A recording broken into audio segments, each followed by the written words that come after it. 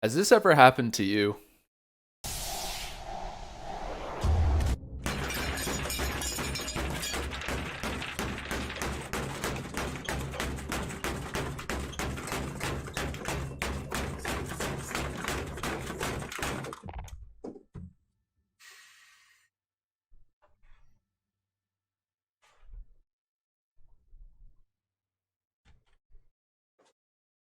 Now, while these may make really funny content moments, the consequences of rage are real and they can have massive impacts on your relationships with friends and family members.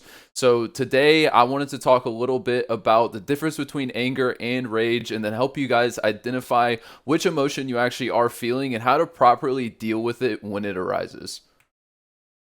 So first up, we're going to be talking about how to differentiate between anger and rage, right? So rage is often destructive and violent, as you can see in the clips I posted from earlier on in the video. It often leads to people throwing their controller across the room, breaking their keyboard, yelling at their friends. And oftentimes, like I said, these can make for great and funny content moments. But if someone has to deal with this from you constantly, it can definitely put a lot of strain and pressure on your friendship, and it's just not fun to be around or to have to deal with on a consistent basis. So now, one easy way to know if you are feeling rage or if you are feeling just standard anger is to understand that is to look at the result, right? So if the result of your outburst leads to a resolution in conflict, then a lot of times that is the result of anger, whereas rage only seeks to cause and create more violence and more conflict.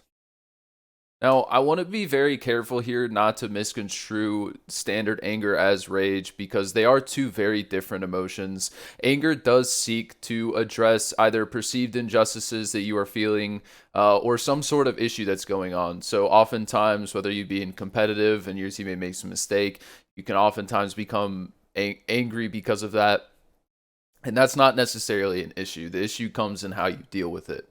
So, rage is something that is a result of suppressing that anger over long periods of time until you eventually explode. And I think as human beings, we're all capable of this. I think a lot of us have experienced this at one time or another. And so the big thing to understand is that when you are starting to feel angry, you need to figure out a way to healthily deal with that anger, whether that be talking to and addressing the issue with a teammate or setting aside time later on to be able to talk that through with your teammate or friend.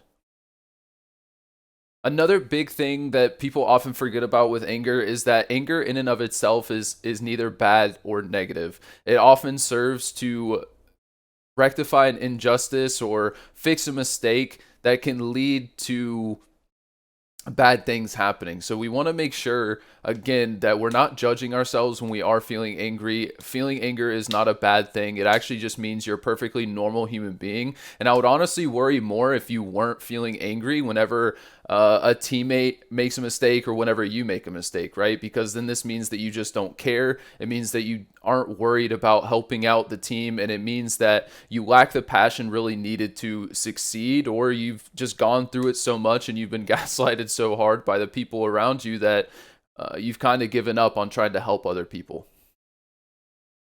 So, when we are feeling angry, what should we do about it?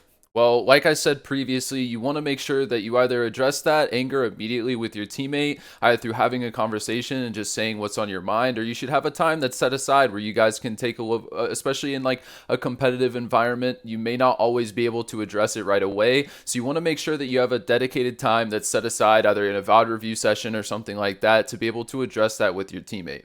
Oftentimes, especially in the environment that we're in, when a lot of us are extremely competitive, we want to win, and when that doesn't happen, it can be really upsetting, really frustrating.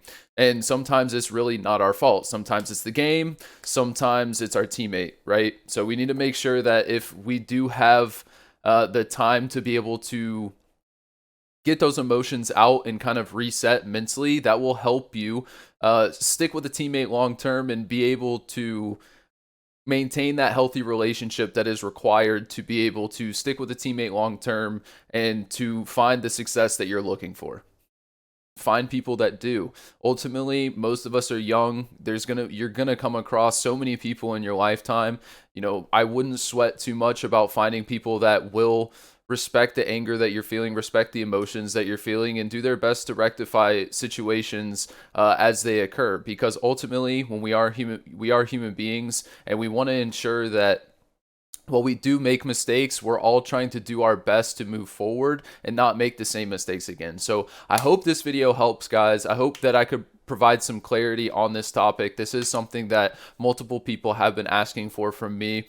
And if you guys did find that this video helped you, remember to please like, comment, and subscribe. Get this video to hit the algorithm, because I think that this is something that can help so many different people across the space of gaming. And I'll see you guys in the next one.